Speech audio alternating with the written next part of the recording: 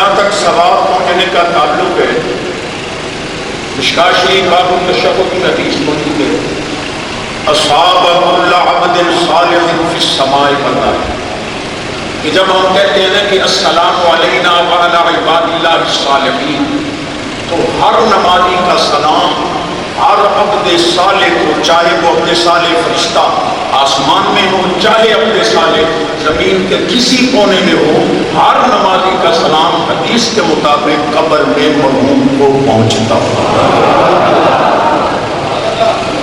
میں آپ سے ٹیب لے کر کھڑا ہوا ہوں، سبحان اللہ، اتنا ڈھیلا اور زیادہ بلند آواز۔ حاجی غلام مرتضیٰ طیب صاحب، آپ کے برادران شہزادگان کو اللہ سلامت رکھے، وہ میرے صرف شاگرد ہی نہیں تھے، استاد بھائی بھی تھے۔ ہم نے قرآن شریف اکٹھے اسی جگہ پر حفظ کیا۔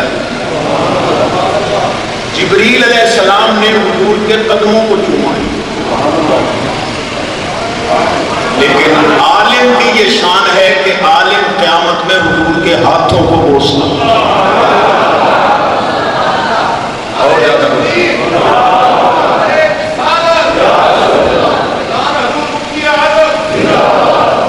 لوگ تو انک لا تہدی من احببت کا سہارا لے کر پتہ نہیں کیا کیا کہہ جاتے ہیں۔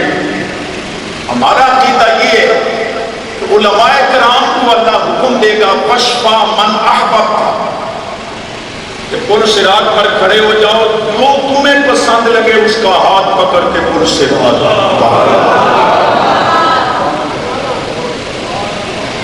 میں ایک ذرہ بے مقدار تھا، حضور مفتی اعظم علیہ رحمت کی نظر انور میں پتہ نہیں مجھ جیسے کئی ذروں کو آفتاب بنا دیا، جس کی واضح مثال علامہ محمد شریف صاحب ہمارے سروں کے تاج بہاول نگر سے تشریف فرما ہیں، دیگر جید علماء اور سیالوی صاحب تو حضور مفتی اعظم کے فیضان کی جیتتی جاگتی تصویر ہے۔ نبی پاک علیہ السلام کا ایک فرمان ہے سچا، اذا رأیتم ذلت العالم فانتظروا فئۃ، یہ میں نوجوانوں کو نذرانہ دے رہا ہوں جن کے جذبات قابو میں نہیں آ رہے۔ نبی پاک علیہ السلام فرماتے ہیں کسی عالم کی لغزش دیکھو تو پھر اس کے رجوع کی انتظار کرو، فانتظروا فئۃ، تمہیں زبان درازی کا حکم نہیں، زبان کھولنے کی اجازت نہیں، کسی عالم کی توہین کرنے کی تمہیں قطعاً شریعت اجازت نہیں دیتی۔ نبی پاک علیہ السلام فرماتے ہیں اس کے رجوع کی اجازت۔ ہم دعا کرتے ہیں کہ اللہ حضرت کو بہت جلد رجوع کی توفیق عطا فرمائے تاکہ یہ فتنہ یہی ختم ہو۔